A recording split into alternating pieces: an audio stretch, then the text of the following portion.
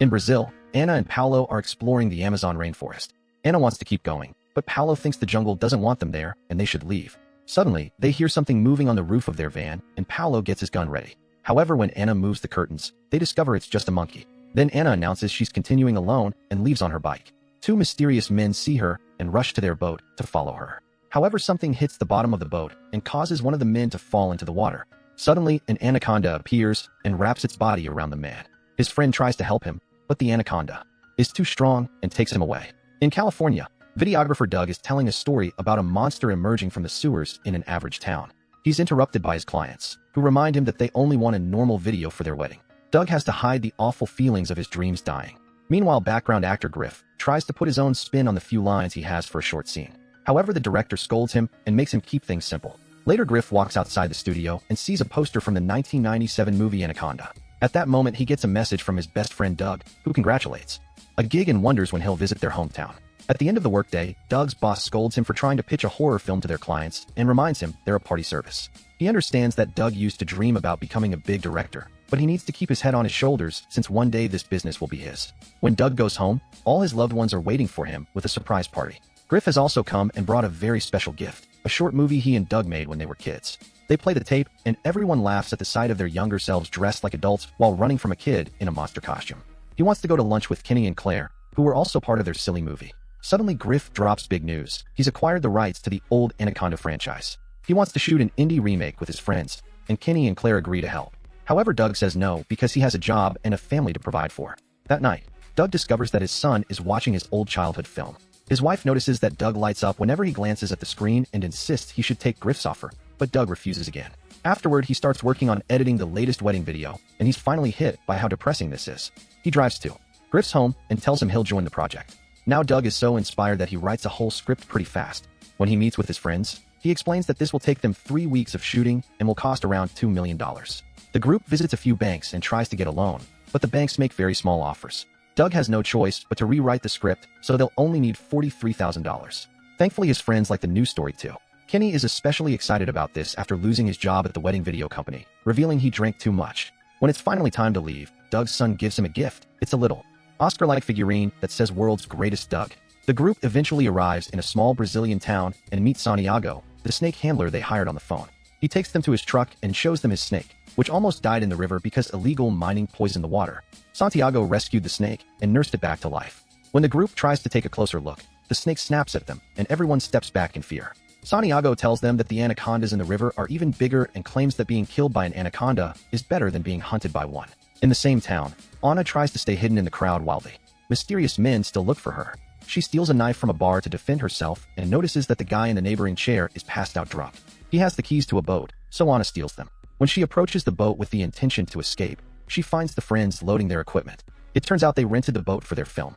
Santiago throws the snake box into the boat, and it cracks when it lands. Anna lies and tells them they talked to her father on the phone, but he's now in the hospital, so she has to cancel the trip. The group explains that all the other boats are booked and shares the story of their dream, begging for her help. At that moment, Anna sees her pursuers coming closer, so she agrees to take the job and makes everyone board quickly to finally get away. When the men realize Anna is gone, they ask a guy on the pier for a log of all the boats that left in the past 3 hours so they can continue their chase. The next day, filming finally begins at a waterfall. Claire's and Griff's characters have an argument about exploring the jungle that mimics what Anna and Paulo discussed the other day. The story is about a biologist who hires a snake hunter to track down the anaconda that wiped out her entire family. Whenever they take a break, Doug records behind-the-scenes stuff, the story of his filmmaking dreams, and reveals that he and Griff were supposed to move to Los Angeles together. However, life happened, so Griff was the only one to move, and he had to struggle in the industry alone. Santiago tells Kenny everything he knows about Anaconda's habits, and together they record a series of shots from the snake's point of view.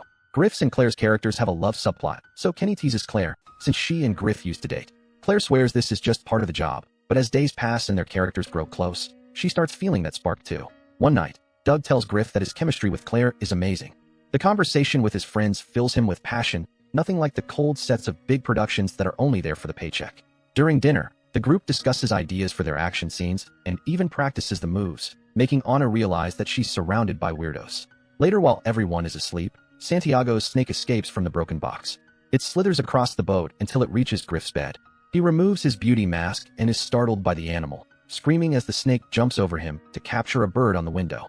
Minutes later, Santiago says he's fixed the box and promises the snake won't escape again. But Santiago never showed them a certificate confirming he's a professional, but the group doesn't have time to find another guy, so they'll have to keep working with him. The next day, Griff gets ready to film a scene with the snake. However, when Santiago puts it too close to his face, Griff freaks out. He tells Doug he wants to change the scene, but Doug reminds him that this is an important moment because his character protects Claire's as a symbol of love. They start recording again, and Griff has to hold the snake on top of him. He doesn't need to act because he's truly scared of it. When the snake brings its face closer to his, Griff panics and throws it in the water. He keeps hitting the boat's propellers, which immediately kill it. Santiago cries as he watches the snake's chopped head resurface. In the evening, Santiago holds a funeral for the snake. Griff finds it cringy, so a furious Santiago reminds him that this was his fault and kicks him out of the ceremony. Then Santiago burns the snake's remains and sings to say goodbye. Nearby, one of Anna's pursuers finally finds her boat. He calls his boss, but before he can give him the location, he's interrupted by a strange noise in the water. Suddenly, the anaconda jumps out of the water and kills him. Later, Griff apologizes to Santiago. When they drink together, Griff shares how badly his career has been going, and Santiago takes pity on him, so he promises to catch a new snake to finish this movie. However, he forces Griff to come along. The duo grabs some flashlights and enters the jungle, where Griff is startled by every little noise. Santiago is focused on his task and keeps advancing, accidentally leaving Griff behind. In the water, the anaconda starts following him without being seen. Griff soon notices that he's alone, and when he hears a bird squawking, he panics and runs back to the boat. Once Santiago is far enough in the swamp, he lights a flare and suddenly asks where the snake is. Suddenly, the anaconda wraps its body around him and kills him. Later on the boat, Griff tells Doug he's worried because Santiago hasn't returned. Doug reminds him that Santiago is a professional and he'll probably be back in the morning. In the meantime, Kenny steals Santiago's medicine to mix it with alcohol. A few hours later, Griff's friends realize he's right to be worried, so they all leave the boat to go looking for Santiago. Then one of Anna's pursuers gets on the boat and finds it empty, so he sends his men to the jungle. Meanwhile, Kenny claims he's guiding his friends through the jungle, but he's actually very lost. Doug is surprised to see a camper van among the bushes, and the group takes a look inside, but it's empty. Suddenly, they hear a noise, and the friends are terrified to watch Santiago's body being thrown against the van. After the body falls on the ground, the anaconda's head appears at the window, and the group freezes in fear. The only one to react is Anna, who tells them that they need to escape. Griff rushes to the driver's seat and tries to start the van to no avail. Kenny explains these kinds of vehicles have split-charge batteries known for popping off. He knows how to fix it, but he can't rely on his eyes because of his current mental state. He's been zooming on the job again before he volunteers to fix it himself. He carefully sneaks out of the van and reaches the hood, opening it while trying hard to avoid making any noises. The battery is fixed very quickly, and Doug closes the hood without issues. However, when Griff starts the engine and turns on the lights, it reveals the anaconda approaching Doug from behind. Doug sees it just in time to duck when it jumps while Griff panics and gets the van moving. A furious Doug yells at him and manages to get back in the van, closing the door right before the anaconda attacks again. As the van advances through the jungle, the beast is left behind. Anna's pursuers see the lights and jump on their bikes to go after them. The friends see them and want to ask for their help, but Anna forbids it. When Claire demands an explanation, Anna claims that these men are illegal gold miners who kill anyone trying to get into their territory. At that moment, the bikers open fire, so Anna gets a gun from the van's compartment and breaks the window to fire back at the pursuers. Doug thinks this is amazing and makes Kenny record it all with his phone. One by one, Anna brings all the bikers down with outstanding precision. When the van finally reaches the shore, the friends rush to the boat, but Anna takes a different road. Suddenly, the mysterious man comes out and points a gun at them, asking where Anna is. She appears behind him and hits him with her gun to knock him out. His body is thrown in the water, and the group leaves on the boat. Afterward, Anna tells the others that she can get them out of here alive if they keep heading north. Griff doesn't want to go home, and Doug understands his disappointment, but things have become too dangerous to continue. Later in his room, Doug looks at his son's gift for inspiration and starts rewriting the script, making Anna the main action hero. The next morning, Doug shows his friends the new script, but their search is interrupted when they encounter illegal gold diggers. The group loves the idea and agrees to do more shooting while they continue to head north. Anna also agrees to help, and Doug is very happy to include her in most of the scenes, which leaves Griff and Claire without much to do. One night, Griff and Claire drink in private while ranting about the new scripts, since they don't feel like part of the project anymore. Griff complains about the state of his life too, since he feels like a loser, but Claire tells him it's never too late to start over. The next morning, Griff calls Doug out for making Anna the new star, and an argument ensues. A large noise and a whole fleet of fancy boats passes near them. Doug sees the equipment and asks them if they're shooting a movie, so a woman tells him that they're doing a reboot of Anaconda for Sony. Griff has no choice but to admit he lied about having the movie rights. Doug starts screaming at him, so Griff claims he had to lie to make them come because Doug is always paralyzed by fear, like the time he refused to go to Los Angeles with him. A furious Doug fires Griff, who says he's already quit. He packs his things and leaves on a small boat, ignoring Claire when she tries to stop him. Moments later, Griff is shocked to find all the Sony boats destroyed.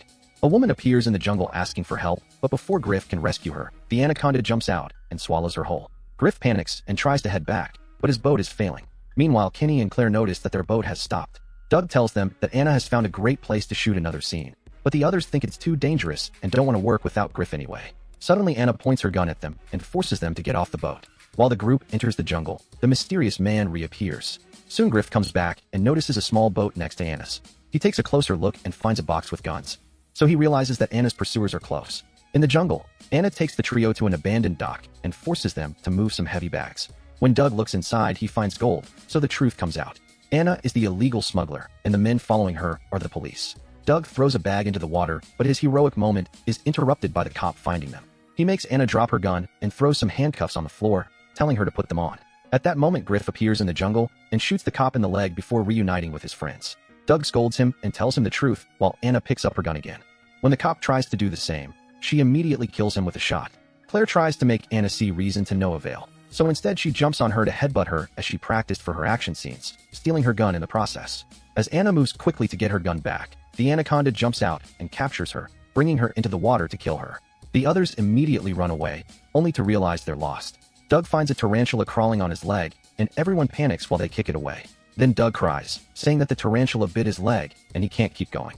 Doug volunteers to do it. However, he can't pee while standing, so the group finds a weird configuration to make it work. Doug lies down on the ground and Griff gets comfortable on his friend's belly to act as a chair for Kenny, who proceeds to pee on Doug's leg. Afterward, the group keeps moving and Doug apologizes to Griff for their fight. He admits he's always been jealous because Griff was brave enough to chase his dream.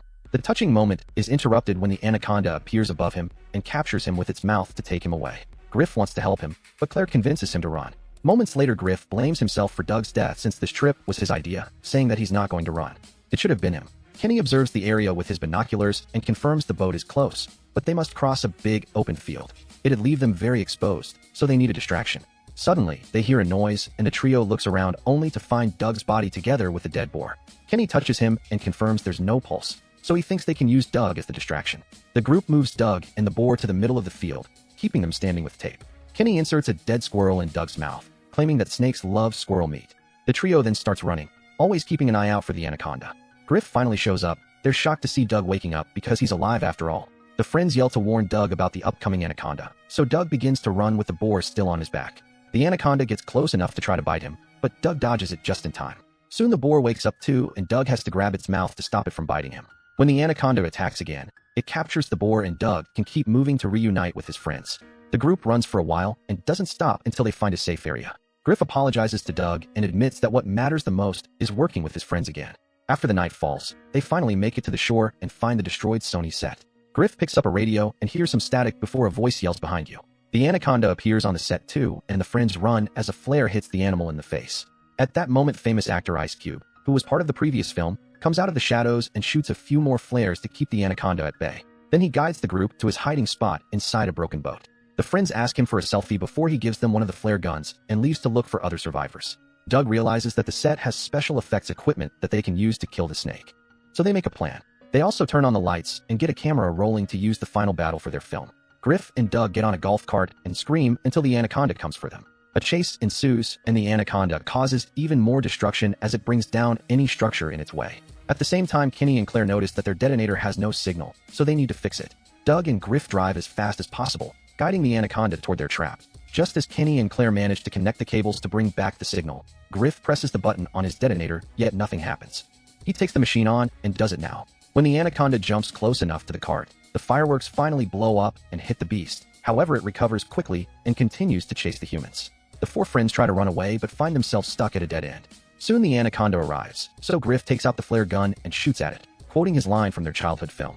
His shot hits a gas line, and the resulting explosion is powerful enough to blow up the anaconda. Its remains fall around the group and its huge mouth opens, but Doug jumps on it and stabs it with the figurine to finish the job.